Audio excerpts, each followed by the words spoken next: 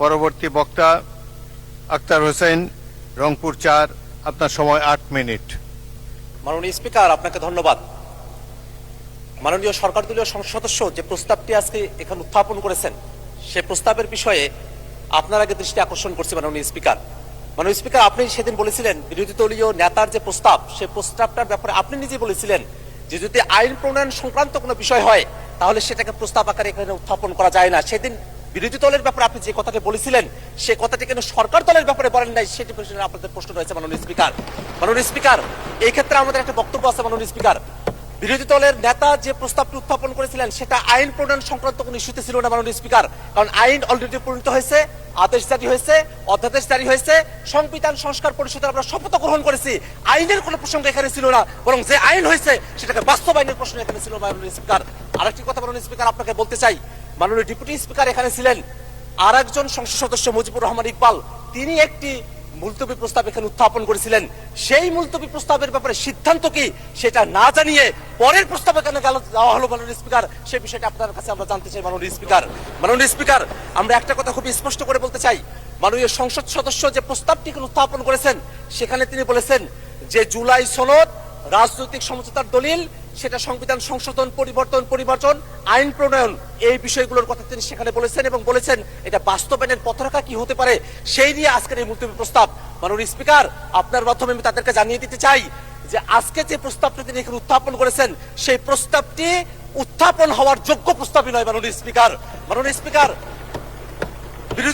আমাদের যারা সরকার দলীয় সংসদ সদস্যরা আছেন তারা যে স্মৃতি বিস্ফোরিত হয়ে গেছেন সেই বিষয়টা আমাদেরকে কষ্ট দেয়। মাননীয় স্পিকার, আমাদের মনে রাখা প্রয়োজন ৩১শে জুলাই যেদিন ঐকমত্য কমিশনে সংস্কারের প্রস্তাবনাগুলো নিয়ে আলোচনা কনক্লুশন হলো, সেই দিনই সেই বৈঠকেই বাস্তবায়নের বিষয় নিয়ে কি আলোচনা হতে পারে সেটা নিয়ে সকল রাজনৈতিক দল আমরা সেখানে প্রস্তাব উত্থাপন করেছিলাম। জুলাই সনদ কিভাবে বাস্তবায়ন করা হবে সেটা নিয়ে সেই ঐকমত্য কমিশনে আলোচনা সমাপ্ত হয়েছে।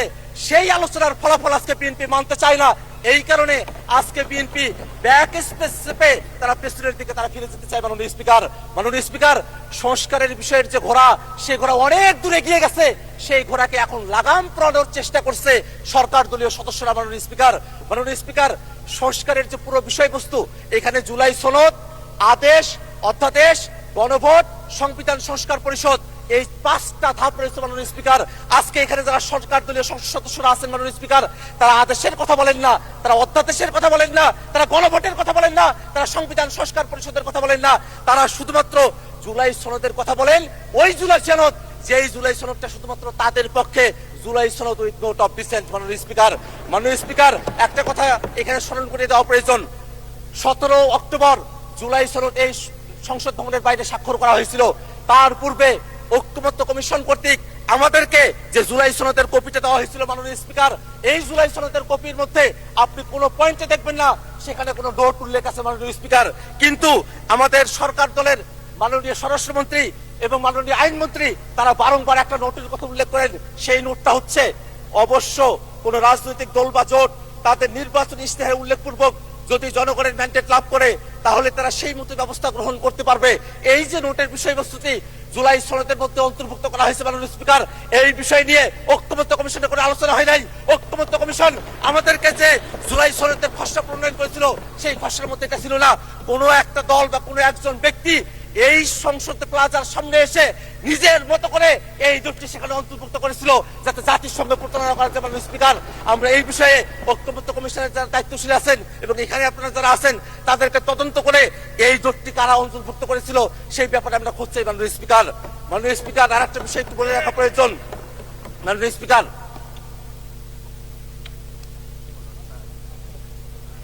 স্পিকার, জুলাই সনদ বাস্তবায়ন আদেশ কোথায় থেকে তার ভিত্তি আসলো, কোথায় থেকে তার আইনগত বৈধতা পাওয়া গেল, সেই প্রশ্নটা এখানে অনেকে করছেন। মাননীয় স্পিকার, কিন্তু জুলাই সনদ আদেশটা তারা যদি পড়তেন, সেই জুলাই সনদ আদেশের একেবারে প্রিয়েম্বলের মধ্যে বলা আছে জনগণের সার্বভৌম ক্ষমতা এবং অভিপ্রায়ের বহিঃপ্রকাশ হিসেবে এই জুলাই সনদের যে আদেশ, সেই আদেশটা জারি করা হয়েছিল। মাননীয় স্পিকার, যারা জনগণকে এই কথা বলছে যে জনগণ গণভোটের এতগুলো বিষয় তারা কি পড়ে, জুলাই সনদ এতগুলো বিষয় পড়ে তারা কি ভোট দিয়েছেন, জনগণকে যারা এখানে সংসদে দাঁড়িয়ে মূর্খ সাব্যস্ত করতে চাচ্ছেন তাদের উদ্দেশ্যে আমরা বলি, আপনাদের এই পজিশন গণভোটের পক্ষে হ্যাঁ বলার পরে আজকে গণভোটের বিপক্ষে অবস্থান নেওয়া বিএনপির দলগত মূর্খতা বা সততাকে প্রকাশ করতে মাননীয় স্পিকার, আমরা এই কথাটা আপনার মাধ্যমে তাদের কাছে জানিয়ে দিতে চাই।